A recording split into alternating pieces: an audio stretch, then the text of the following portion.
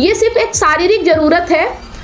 पति पत्नी का साथ एक शारीरिक जरूरत है। अगर ये जरूरत ना हो तो साथ की जरूरत है ही नहीं। प्यार का मतलब होता है सामने वाले के बारे में सोचना। तो वो तभी होगा जब आप अपना स्वार्थ खत्म करोगे। जब तक आपको स्वार्थ रहेगा तो आपको स्वार्थ की बात करनी होगी। यही सच्चाई है। पत्नी तो बड़े आराम से मांग लेती है, आप क्यों डरते हो? आप किससे डरते हो? कोई मना ही करेगा ना, और मना करे तो बोलो कि मैं तो मना नहीं करता, तुम क्यों मना कर रहे हो? हमारा रिश्ता ही स्वार्थ का है।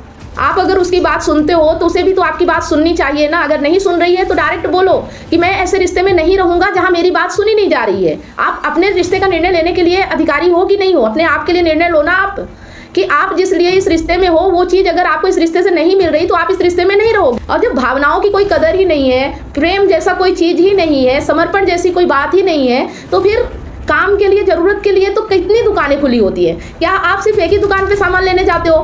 नहीं जाते हो ना। आपको अगर एक दुकान से सामान नहीं मिलता तो आप दूसरी दुकान पे जाते हो। इसी तरह से हमें रिश्ते को हम क्यों नहीं देख पाते?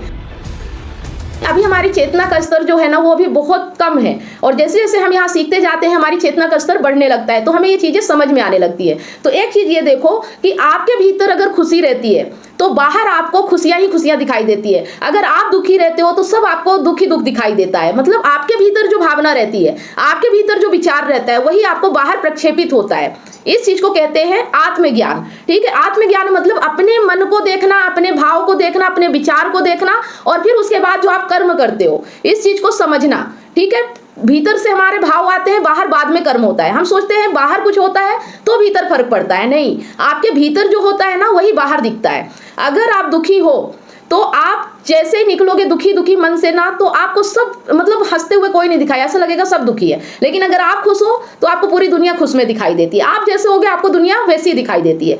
अभी आप देखो कि आपको कोई कलर, आपका टी शर्ट वगैरह है तो आपने अगर उसको खरीदा है, ठीक है, तो जब आप उसे पहनते हो तो फिर जब बाहर निकलते हो तो आपको वैसे ही लोग दिखाई देते हैं कि ये कपड़ा और भी किसी ने पहन रखा है। लेकिन जब तक आपके पास नहीं होता आपको बाहर दिखाई नहीं देता। बात याद समझ में आ रही है कि हम जो करते हैं, हमारे पास जो चीज होती है वही चीज हमें बाहर दिखाई देती है। ठीक है, तो अगर हमारे अंदर प्रेम की कमी है, हम अपने आप में खुश नहीं है, हम अपने आप में अधूरे हैं, तो फिर वो चीज हम बाहर ढूंढते हैं, है ना। हमें लगता है कि बाहर से मिल जाएगा, और इसीलिए हम डरे हुए होते हैं कि अगर बाहर वाला हमें प्रेम नहीं देगा तो हमारा जीवन कहीं ऐसे ही ना व्यर्थ चला जाए।